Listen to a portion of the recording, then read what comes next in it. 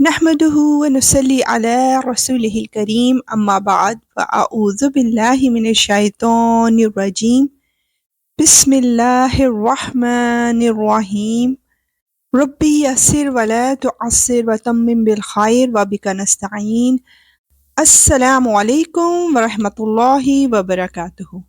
اللہ سبحانہ و تعالیٰ اس قرآن پاک کے سننے اور سنانے کو ہمارے لیے رحمتوں، برکتوں اور فضیلتوں کا باعث بنائے۔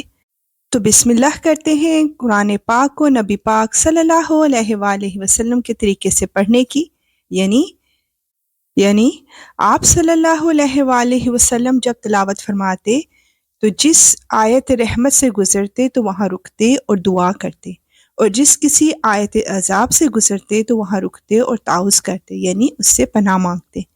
سورہ انعام کی آیت 68 to 69 میں غیرت ایمانی کا تقاضا بیان کیا جا رہا ہے۔ اور جب تم ان لوگوں کو دیکھو جو ہماری آیتوں کو برا بھلا کہنے میں لگے ہوئے ہیں تو ان سے اس وقت تک کے لیے الگ ہو جاؤ جب تک وہ کسی اور بات میں مشغول نہ ہو جائیں، اور اگر کبھی شیطان تمہیں یہ بات بھلا دے تو یاد آنے کے بعد ظالم لوگوں کے ساتھ نہ بیٹھو۔ ان کے کھاتے میں جو اعمال ہیں ان کی ذمہ داری پرہیزگاروں پر عائد نہیں ہوتی، البتہ نصیحت کر دینا ان کا کام ہے، شاید وہ بھی ایسی باتوں سے پرہیز کرنے لگیں انشاءاللہ۔ آیت 70 میں دین کو کھیل تماشا بنانے والوں کا انجام بتایا جا رہا ہے، اور چھوڑ دو ان لوگوں کو جنہوں نے اپنے دین کو کھیل تماشا بنا رکھا ہے اور جن کو دنیاوی زندگی نے دھوکے میں ڈال دیا ہے، اور اس قرآن کے ذریعے لوگوں کو نصیحت کرتے رہو تاکہ ایسا نہ ہو کہ کوئی شخص اپنے اعمال کے سبب اس طرح گرفتار ہو جائے کہ اللہ کے عذاب سے بچانے کے لیے اللہ کو چھوڑ کر نہ کوئی اس کا یار و مددگار بن سکے نہ سفارشی، اور اگر وہ اپنی رہائی کے لیے ہر طرح کا فدیہ بھی پیش کرنا چاہے تو اس وقت وہ قبول نہ کیا جائے۔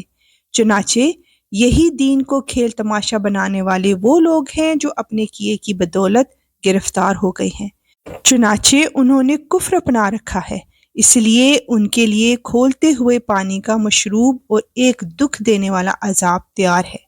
اللہ اکبر۔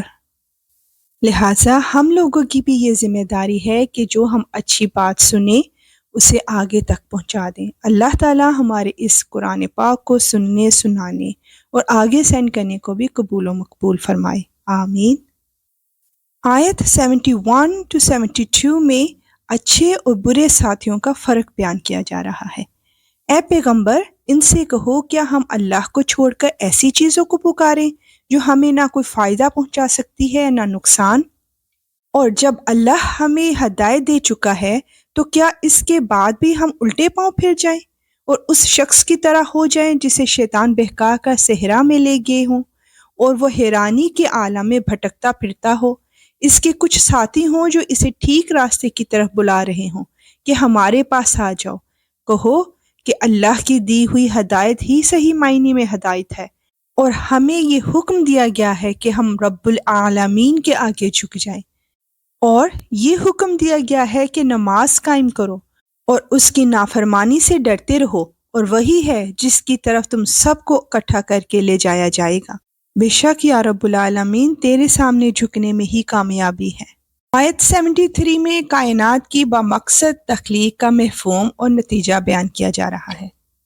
اور وہی ذات ہے جس نے آسمانوں اور زمین کو برحق پیدا کیا ہے، اور جس دن وہ روز قیامت سے کہے گا کہ تو ہو جا تو وہ ہو جائے گا، اس کا قول برحق ہے، اور جس دن سور پھونکا جائے گا اس دن بادشاہی اسی کی ہوگی۔ غائب و حاضر ہر چیز کو جاننے والا ہے، اور وہی بڑی حکمت والا پوری طرح باخبر ہے۔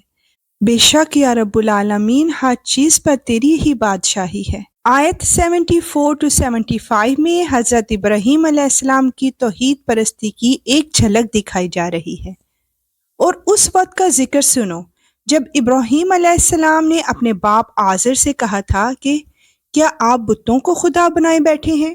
میں دیکھ رہا ہوں کہ آپ اور آپ کی قوم کھلی گمراہی میں مبتلا ہیں۔ اور اسی طرح ہم ابراہیم علیہ السلام کو آسمانوں اور زمین کی سلطنت کا نظارہ کراتے تھے، اور مقصد یہ تھا کہ وہ مکمل یقین رکھنے والوں میں شامل ہوں۔ سبحان اللہ۔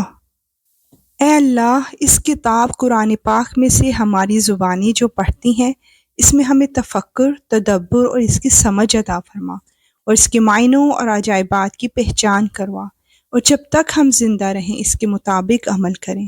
بے شک تو ہر چیز پر قدرت رکھنے والا ہے۔ انشاءاللہ ملیں گے نیکسٹ آیات کے ساتھ۔ اب اجازت۔ وآخر دعوانا ان الحمد للہ رب العالمین۔ سبحانک اللہم وبحمدک، اشہد ان لا الہ الا انت، استغفرک واتوب الیک۔ السلام علیکم ورحمۃ اللہ وبرکاتہ۔